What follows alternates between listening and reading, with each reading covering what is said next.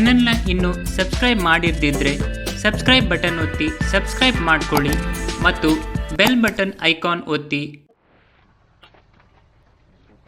So ಇದು structure historical Vijayanagara period ಕೃಷ್ಣದೇವರಾಯನ period ಅಲ್ಲ, ವಿಜಯನಗರ ಪೀರಿಯಡ್ ತುಂಬ ಹಳತು. 13th century ಅಂದರೆ ಹೊಯ್ಸಳರ ನಂತರ ವಿಜಯನಗರ ಸಾಮ್ರಾಜ್ಯ ಸ್ಥಾಪನೆ ಆಯಿತು. ಅದರ ನಂತರ ಆ ಟೈಮಿಂದು ಇದು. ಓಕೆ, ಸೊ ಕುಕ್ಕನೂರು ಕೊಪ್ಪಳ ಜಿಲ್ಲೆ, ಉತ್ತರ ಕರ್ನಾಟಕ. ಸೊ ಅಲ್ಲಿದ್ದಂಥದ್ದು ಇದು. ಸೊ ಇದಕ್ಕೆ ಕಮಲ್ ಮಹಲ್ ಅಂತ ಬರಲಿಕ್ಕೆ ಒಂದು ವಿಶೇಷವಾದ ಕಾರಣ ಇದೆ. ಸೊ ಅದನ್ನು ಒಳಗಡೆ ಹೋಗಿ ನೋಡ್ತೇವೆ. ಕಮಲ್ ಮಹಲ್ ಅಂತ ಯಾಕೆ ಇದಕ್ಕೆ ಹೆಸರಿದೆ? Kamal Mahal of Kukkanur. Okay, so ಒಳಗಡೆ ಕೂತ್ಕೊಳ್ಳುವ ಆರಾಮಲ್ಲಿ, ಬಿಸಿಲಲ್ಲಿ ನಿಲ್ಲೋದಕ್ಕಿಂತ. ಸೊ ಒಳಗಡೆ ನೀವೇ ಎಕ್ಸ್ಪೀರಿಯನ್ಸ್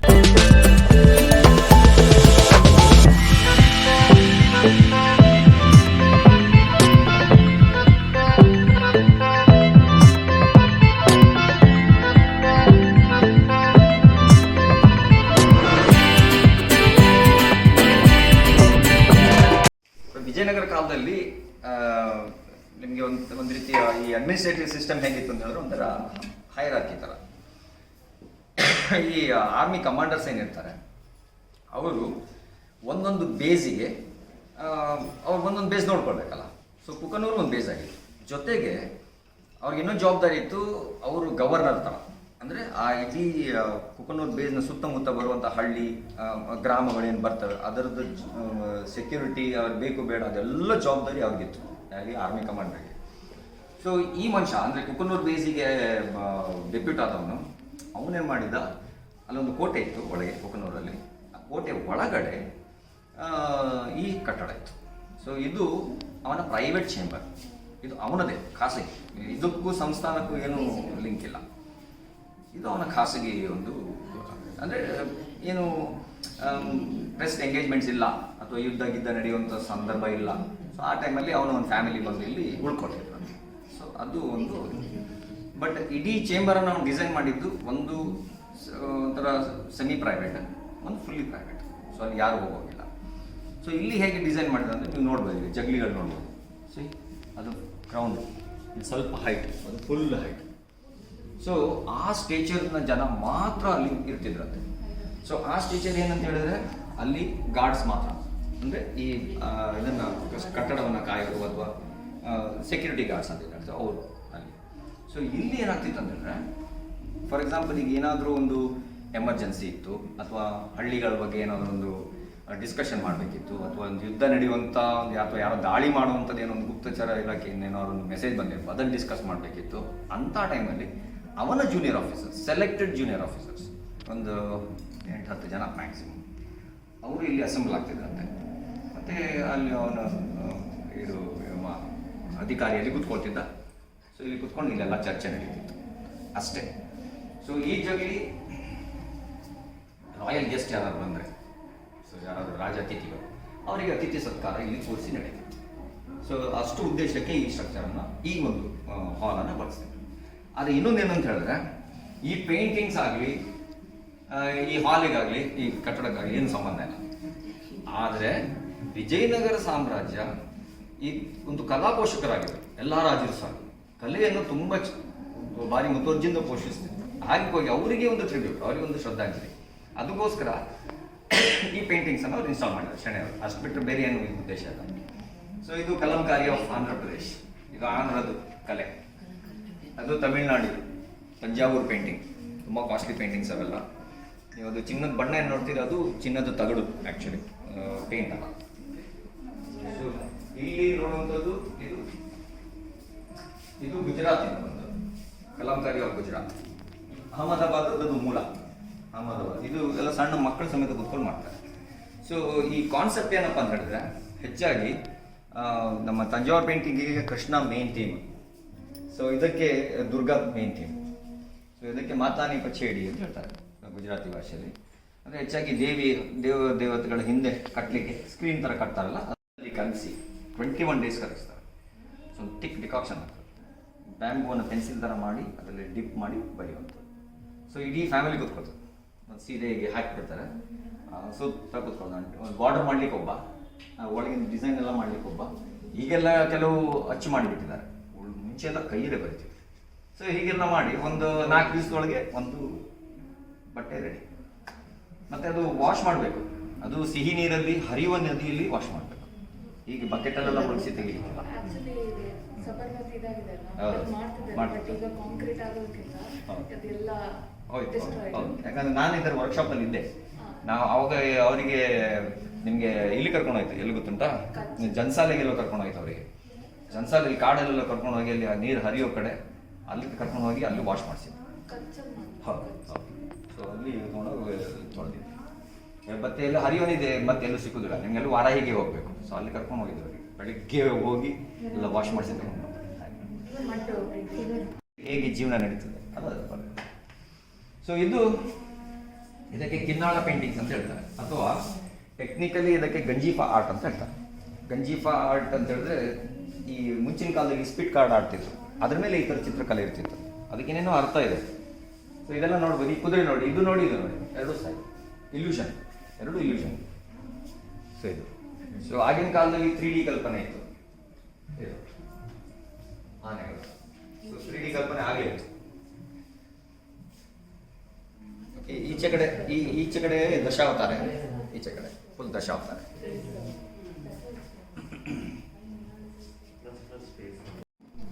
ಬನ್ನಿ ಒಳಗೆ.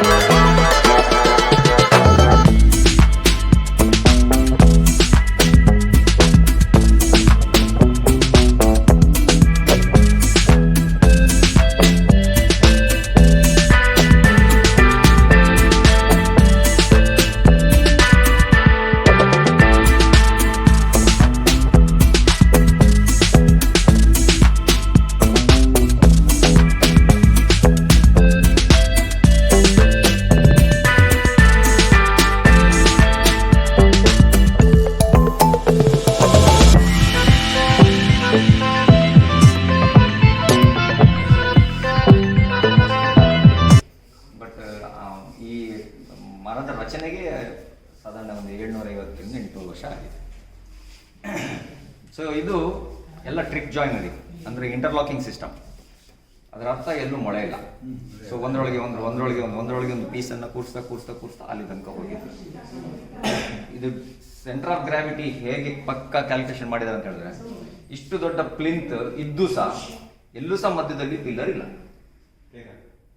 ಎಲ್ಲೂ ಪಿಲ್ಲರ್ ಇಲ್ಲ. ಮತ್ತೆ ಇಡೀ ಸ್ಟ್ರಕ್ಚರ್ದ ವೆಯ್ಟ್ ಈ 8 ಕ್ಯಾಂಟಿಲಿವರ್ ಮೇಲೆ ಡಿವೈಡ್ ಮಾಡಿದ್ದಾರೆ, ಶೇರ್ ಮಾಡಿದ್ದಾರೆ. ಸೊ ಹಾಗೆ ಹೋಗಿ ಭಾರ ಹೆಚ್ಚಾದಾಗೆ ಟೈಟ್ ಆಗ್ತದೆ ವಿನ್ನ ಕೊಲಾಪ್ಸ್ ಆಗ್ತದೆ. ಸೊ ಆಗಿನ ಇಂಜಿನಿಯರಿಂಗ್.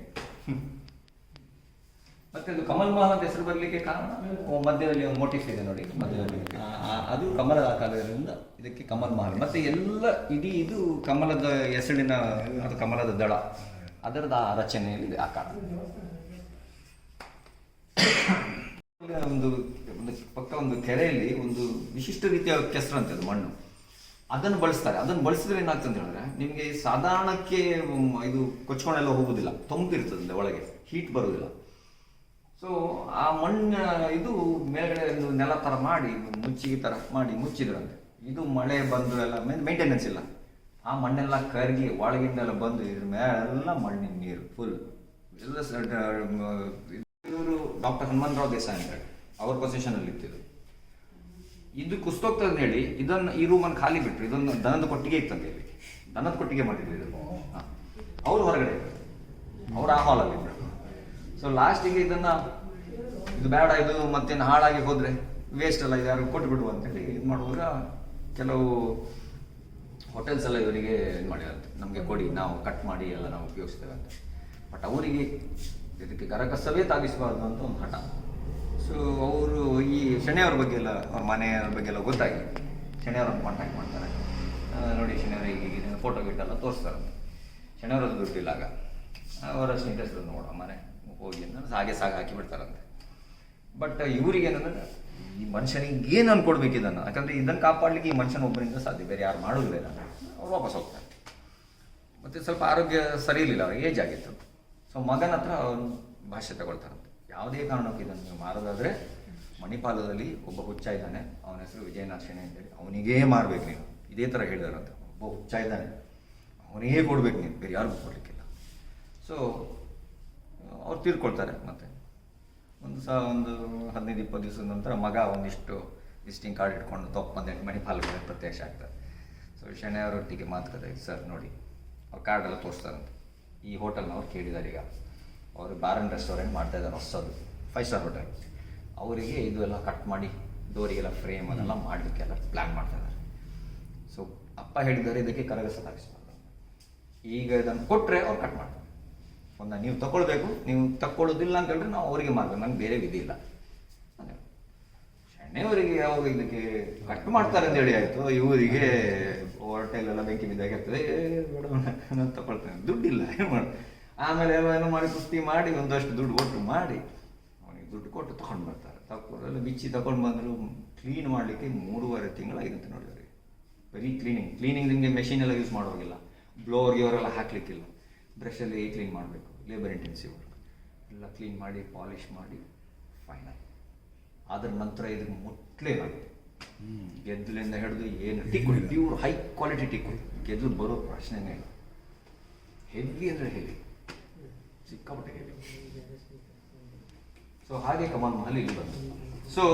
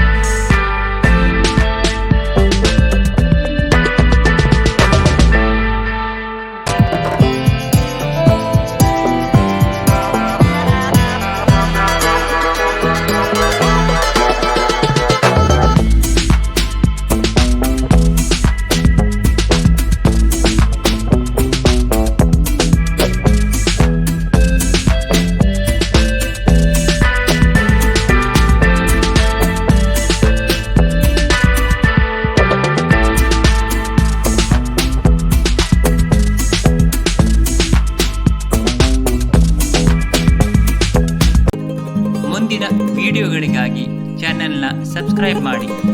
ವಿಡಿಯೋ ಇಷ್ಟ ಆದರೆ ಲೈಕ್ ಮಾಡಿ, ಕಮೆಂಟ್ ಮಾಡಿ ಮತ್ತು ಶೇರ್ ಮಾಡಿ.